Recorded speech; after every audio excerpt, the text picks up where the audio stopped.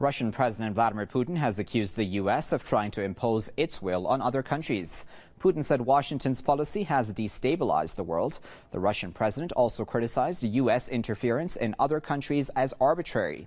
Instead, he urged talks on internationally acceptable conditions for any use of force. Putin also condemned Western sanctions against Moscow over the crisis in Ukraine. He, however, said the sanctions will not force his country to beg, as Russia is, quote, strong. Putin added that Russia did not initiate the ongoing tensions between Moscow and the West. He said the, quote, so-called winners of the Cold War want to redraw the entire world exclusively for themselves.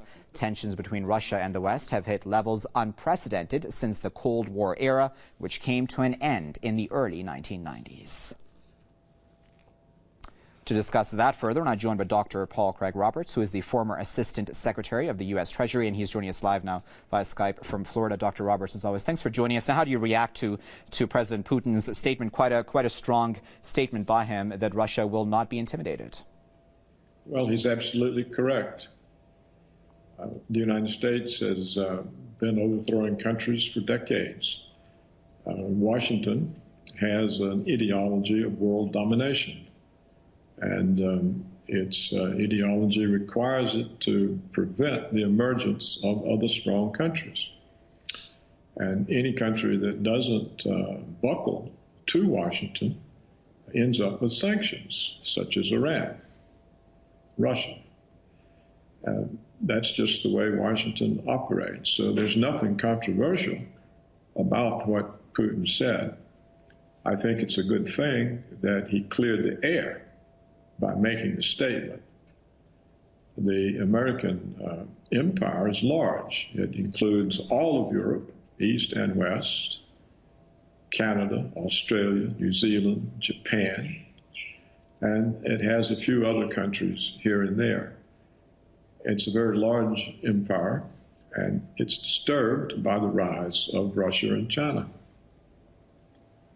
And Dr. Roberts, though, on this issue of sanctions, I wanted to ask, because certainly sanctions are having somewhat of an effect on the Russian economy, of course, coming from the United States, which is a very large economy, obviously, worldwide. I'm wondering, though, I was reading an article, and maybe you can correct me if this is incorrect, but they had said that pretty much the BRICS nations need to play ball with Russia in countering the U.S. dollar and these effects of the sanctions, and those BRICS nations specifically being the likes of China, India, and Brazil. Do you think that other nations will support Russia in this stance against the U.S. at this time? Well, not the members of the American empire, but all of those countries are not doing well economically. They are in recession or headed into recession. I think the time of the West has passed. And so I expect that the misuse of the dollar as world reserve currency by Washington is encouraging a move away from the use of the dollar. And as this develops, then Washington's power will slowly erode. So I think that Washington has peaked in power some time back, and that the world is going to reform in new ways that are multipolar and that acknowledge the aspirations of other countries, something that Washington refuses to do. And finally, Dr. Roberts, we just have under a minute left. I wanted to ask then, certainly I would imagine you're not the only one sitting in the U.S. who understands that the U.S. is essentially hitting itself over the head. So I'm wondering then, is this an issue of bad advice being given, or is this just an issue of pure belligerence on the part of the U.S.? It's an issue of ideology.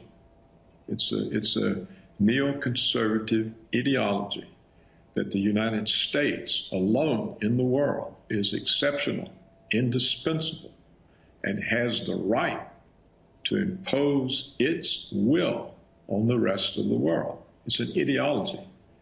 It's the neoconservative ideology. It is a very dangerous ideology. It's produced 13 years of war in the Middle East. And if it continues, it will produce war with Russia and China and Iran. It's a dangerous ideology. The world has to become aware of this fact. Indeed. Okay, well, we'll leave it there for now, but of course, as always, we do sincerely appreciate your analysis. That was Dr. Paul Greg Roberts, the former Assistant Secretary of the U.S. Treasury, who was speaking to us live via Skype from Florida.